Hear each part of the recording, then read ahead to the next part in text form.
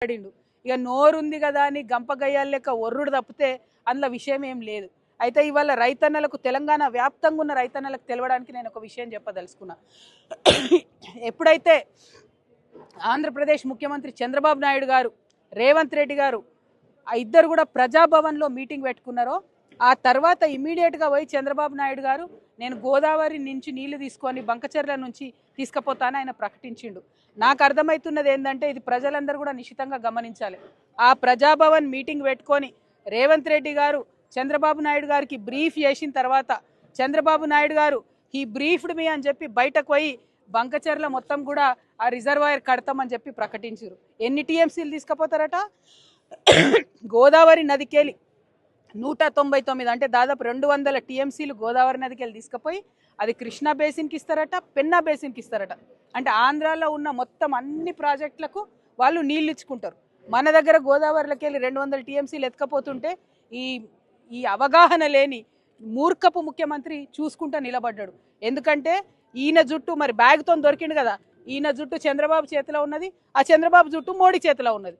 కాబట్టి వాళ్ళు ఎట్లా చెప్తే అట్లా చేసుడు తప్పితే తెలంగాణ రైతుల గురించి ఆలోచన లేదు, తెలంగాణ నీళ్ల గురించి ఆలోచన లేదు. ఇది దారుణమైన విషయం.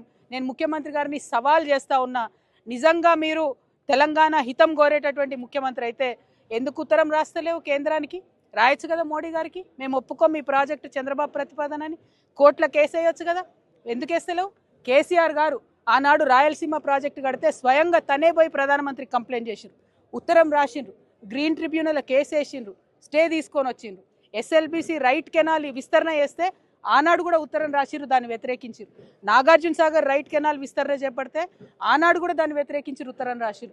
పోతిరెడ్డిపాడు హెడ్ రెగ్యులేటర్ విస్తరణ చేపడితే ఆనాడు కూడా దాన్ని వ్యతిరేకించారు, ఉత్తరం రాసిరు, ప్రధానమంత్రి దగ్గర పోయినరు. మరి నువ్వెందుకు పోతలేవు చంద్రబాబు నాయుడుకు వ్యతిరేకంగా? నీకు తెలంగాణ రైతుల కంటే ఎక్కువ ప్రేమ చంద్రబాబు నాయుడు మీద ఉన్నదా? గురుదక్షిణ చెల్లించుకుంటున్నారా? మా తెలంగాణ రైతుల ఉసురు తీసి మా కృష్ణా గోదావరి జలాల్లో వాటాను తీసి చంద్రబాబు నాయుడుకు మీరు గురుదక్షిణ చెల్లించుకుంటున్నారా అని ఇవాళ రేవంత్ రెడ్డి గారిని నేను ప్రశ్నిస్తూ ఉన్నాను. మీరు కనుక చిత్తశుద్ధి ఉంటే తెలంగాణ ముఖ్యమంత్రి మీరు నిజంగా ఈ రైతుల మంచిని కోరుకుంటే ఇమీడియట్గా కేంద్ర ప్రభుత్వానికి లెటర్ రాయాలి. ఆ 200 టీఎంసీల నీళ్లు తీసుకుపోవడానికి ఒప్పుకోము. ఎట్ ఎనీ కాస్ట్ తెలంగాణ రైతాంగం అంతా కూడా మీ మీద ఉద్యమం చేస్తుంది. మీ చిత్తశుద్ధిని, మీ నిజాయితీని నిరూపించుకోవాలంటే ఇమీడియట్గా మీరు కేంద్రానికి కంప్లైంట్ చేయండి, అవసరమైతే కోర్టుకు పోండి, ఆ ప్రాజెక్టులను ఆపండి.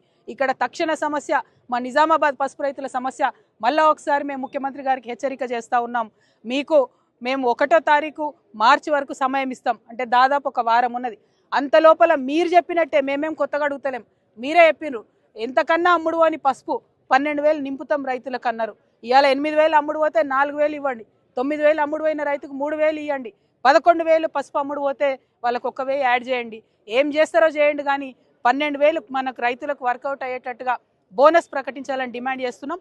లేదంటే మాత్రం మార్చి 1వ తారీఖు నాడు పెద్ద ఎత్తున భారీగా కలెక్టరేట్ ముంగట రైతులందరం కూడా కలిసి మరి ధర్నా చేస్తామని చెప్పి తెలియజేస్తా ఉన్నాను.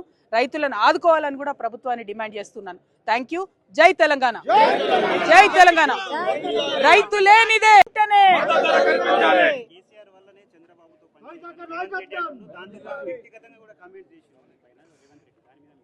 ఆయనకు వ్యక్తిగతంగా కమెంట్ చేసుడు తప్ప ఇంకో పనేముందే? నోరు ఉంది కదా అని మాట్లాడే ఎటు పడతాటు.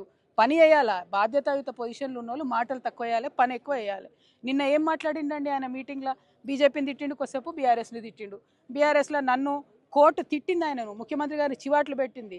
నువ్వు ఆ కవిత గారి విషయంలో నువ్వు మాట్లాడొద్దని చివాట్లు పెట్టింది. సుప్రీంకోర్టు చివాట్లు పెట్టినటువంటి చరిత్రలో మొట్టమొదటి ముఖ్యమంత్రి మన కర్మగాలి మన తెలంగాణ ముఖ్యమంత్రి రేవంత్ రెడ్డి. అయినా కూడా ఆయన విఘ్నత పాటించకుండా నా మీద ఎటువంటి అటు మాట్లాడితే అది చరిత్ర నిర్ణయిస్తుంది. ఇగో మా అన్నదమ్ములు అందరూ ఉన్నారు, వాళ్ళు కూడా చూస్తారు, వాళ్ళు నిర్ణయిస్తారు సమయం సందర్భం బట్టి. నేను కూడా మళ్ళీ అట్లా మాట్లాడి నా స్థాయిని నేను తగ్గించుకోదలుచుకోలేదు. ముఖ్యమంత్రి గారు ఆలోచన చేసుకోవాలి. సుప్రీంకోర్టు చివాట్లు పెట్టినాక కూడా నన్ను ఏదో అంటే అనని, నాకు పోయేదేమున్నది? ప్రజలు చూస్తారు, ఆయన స్థాయి తగ్గుతుంది తప్ప నా గౌరవం ఏం తగ్గదు. 1, 2 అవన్నీ పక్కకు పెట్టి మీరు చెప్పిన మాట చెప్పినట్టు చేయండి. రైతులకు బోనస్ ఇస్తానని ఇవ్వండి, నీళ్లను కాపాడండి, గోదావరి నీళ్లు. ఆ 2 పనులు చేయాలని ముఖ్యమంత్రి గారిని డిమాండ్ చేస్తున్నా. జై తెలంగాణ.